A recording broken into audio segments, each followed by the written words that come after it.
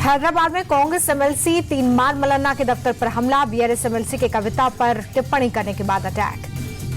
BRS कार्यकर्ताओं ने जमकर की तोड़फोड़, कई लोगों के घायल होने की जानकारी। वोटर लिस्ट रिवीजन में बड़ा खुलासा, मतदाता सूची में नेपाल और बांग्लादेशियों के नाम मिले। बिहार में वोटर लिस्ट रिवीजन पर 80% काम पूरा। चुनाव आयोग ने बताया 25 जुलाई से पहले जमा होंगे सभी फॉर्म। अब तक 6 करोड़ से ज्यादा लोगों का वेरिफिकेशन। मतदाता सूची प्रक्रिया पर तेजस्वी यादव ने उठाए सवाल, कहा बीएलओ पर टारगेट पूरा करने का दबाव, बड़ी मात्रा में गांधी मैदान में फेंके गए फॉर्म। तेजस्वी बोले कि 80% फॉर्म जमा होने का दावा कितना सही, बीएलओ और नागरिक सब कंफ्यूज हैं। तेजस्वी यादव ने कहा कि चुनाव आयोग बताए कि कितने फॉर्म सत्यता पूर्वक भरे गए हैं। चुनाव आयोग की विश्वसनीयता खत्म हो रही है। कांग्रेस नेता प्रमोद तिवारी ने बिहार चुनाव में जीत का दावा किया। बोले बिहार में कांग्रेस की जीत होगी, राहुल गांधी पूरी दृढ़ता के साथ लड़ रहे हैं। सीतामढ़ी में कारोबारी की हत्या का सीसीटीवी फुटेज आया सामने। 3 बदमाशों ने पीछा कर गोली मारी। बिहार के सीतामढ़ी में बेखौफ बदमाश, खेत पर काम कर रहे किसान की चाकू कूटकर हत्या, जमीन विवाद में हत्या की आशंका। बिहार के नवादा में पुलिस टीम पर हमला, 1 महिला कर्मी समेत 5 जवान जख्मी। आपसी विवाद सुलझाने पहुंची थी पुलिस। आरजेडी नेता तेजस्वी यादव ने फिर कानून व्यवस्था पर उठाए सवाल, कहा कि इतने मर्डर हो रहे हैं, कोई गिन भी नहीं सकता। बिहार में इंसानों का जीवन कीड़े मकोड़े से भी सस्ता। लालू यादव ने नीतीश और मोदी पर पोस्टर जारी कर साधा निशाना। एनडीए को बताया गुंडाराज, लिखा बिहार की सड़कों पर कानून नहीं, अपराधियों का राज चल रहा है। सोनिया गांधी ने 15 जुलाई को कांग्रेस संसदीय दल की बैठक बुलाई है। मॉनसून सत्र की रणनीति पर होगी चर्चा।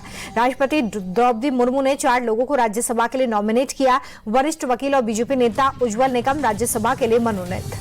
राष्ट्रपति मुर्मू ने हर्षवर्धन श्रृंखला को भी राज्यसभा के लिए नॉमिनेट किया है। पूर्व विदेश सचिव रह चुके हैं हर्षवर्धन।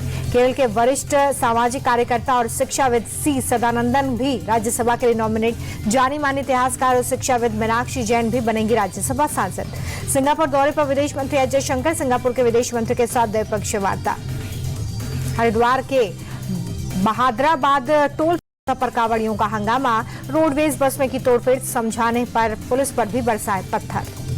पुलिस ने 2 लोगों को गिरफ्तार किया है, वाहन सीज किया। कावड़ खंडित होने के बाद हाईवे पर बैठे थे कावड़िए। हरिद्वार समेत पूरे उत्तराखंड में ऑपरेशन कालनेमी के तहत एक्शन, 45 फेक बाबाओं को हिरासत में लिया गया। हरिद्वार के पिरान कलियार में 6 मुस्लिम पकड़े गए हैं। साधु संतों का वेश बनाकर भिक्षा मांगते थे। हरिद्वार में हाईवे पर चलने से मना करने पर पुलिस और कावड़ियों के बीच में झड़प, जवानों ने लाठी भांजकर कावड़ियों को खदेड़ा। धन परिवर्तन केस में आरोपी छांगुर बाबा की बैंक डिटेल ईडी के हाथ लगी। 30 में से 18 बैंक अकाउंट्स की डिटेल मिल गई है। इन खातों में करीब 68 करोड़ रुपए आए हैं। विदेशों से भी जमकर फंडिंग हुई है। 3 महीने में विदेश से लगभग 7 करोड़ रुपए अकाउंट में आए हैं। सूत्रों के मुताबिक बाबा को बड़े पैमाने पर विदेश से फंडिंग मिल रही थी। यूपी के श्रावस्ती में मदरसे में पुलिस की छापेमारी, धर्म परिवर्तन के आरोपी छांगुर बाबा के कनेक्शन की जांच। मदरसा संचालक से पूछताछ के बाद दस्तावेज जब्त किए गए हैं। छांगुर बाबा मामले में बड़ा खुलासा, अपने गुर्गों के जरिए हिंदू लड़कियों को टारगेट करता था। गुर्गे हिंदू नाम रखकर लड़कियों को प्रेम के जाल में फंसाते थे।